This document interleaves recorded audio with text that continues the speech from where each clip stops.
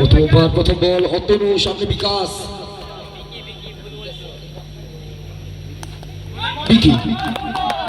বিকি সিং, চমৎকার বল। প্রথম বল থেকে কোনো রান আসেনি, একেবারে ডট বল দিয়ে শুরু করবে এই টুর্নামেন্টের যাত্রাপথ। 2-6 এর বল আলতো খেলেছিলেন, সরাসরি ফিল্ডারের রাস্তায় এগিয়ে যাওয়া পড়বে। আবার একটু ঝড়ের বল, দুই ফিল্ডারের মধ্যবর্তী অঞ্চল দিয়ে বলছে রান সংখ্যা 4। এই 4 রানকে ভর করে রান নামের গাড়ি সেটা মল্লিকপুর থেকে চলতে শুরু করবে।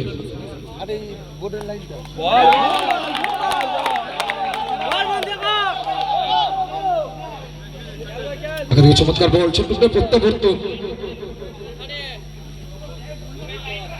পরের বল আবার একবারে ছোট, ফিল্ডারকে ফাঁকি দিয়ে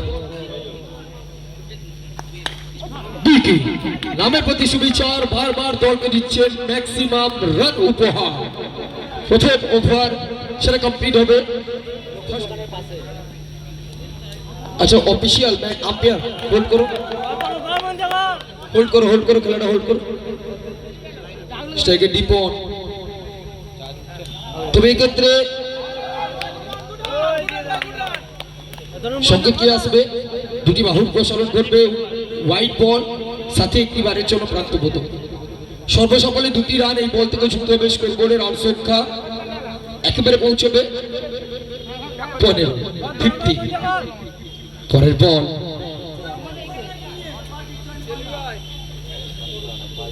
তরুণ, স্ট্রাইকে বিকি সিং।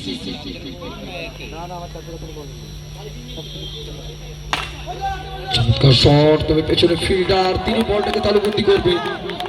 ডট বল, অবশ্যই একেবারে বলতে পারি এই ফরম্যাটের অন্যতম সেরা একজন ব্যাটার বিকি সিং। বহুবার নিজেকে প্রমাণ করেছে। তবে ক্ষেত্রে আরো একবারের জন্য ওয়াইডের সংকেত, আরো একটি অতিরিক্ত রান সেটা যুক্ত হবে।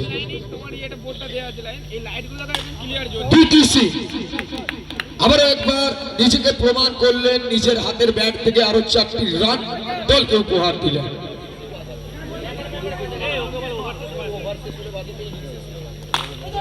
এখান থেকে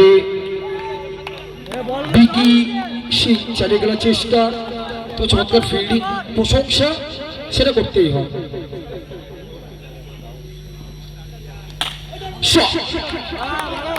সরাসরি ফিল্ডারের দস্তানে সময় পড়বে। আরো একটি বারের জন্য ডট বল।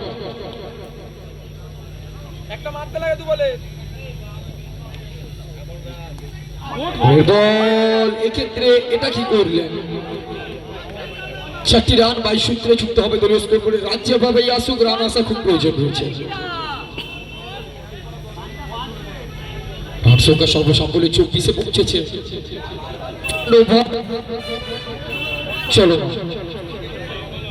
চলো দ্বিতীয় ওভার, পরের বল। এক্ষেত্রে বিকি সিং চালিয়ে খেলার চেষ্টা, ডট বল। ওভারের পরিসমাপ্তি করবে 2 ওভারে শেষে। রান সংখ্যা 24, 12.00 কারেন্ট রান রেট সেটা বলছে।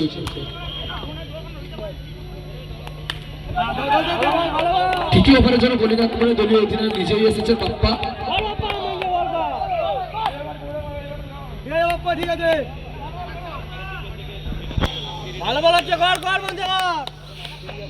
প্রথম বল থেকে কোনো রান আসেনি। পরের বল আলতো খেলেছে এবং আবেদন চড়ালো। অফিসিয়ালের দিক থেকে সংকেতটা কি আসবে?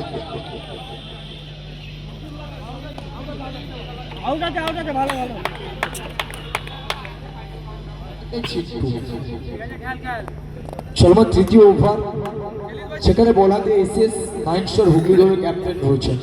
প্রথম বলটা ফেস করবেন চিত্তু, আসবেন, দেখবেন,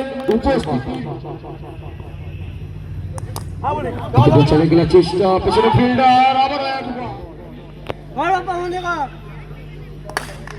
Rintu special, what a shot by Rintu. আবারও চিত্তু, পরের বল, এক্ষেত্রে আবার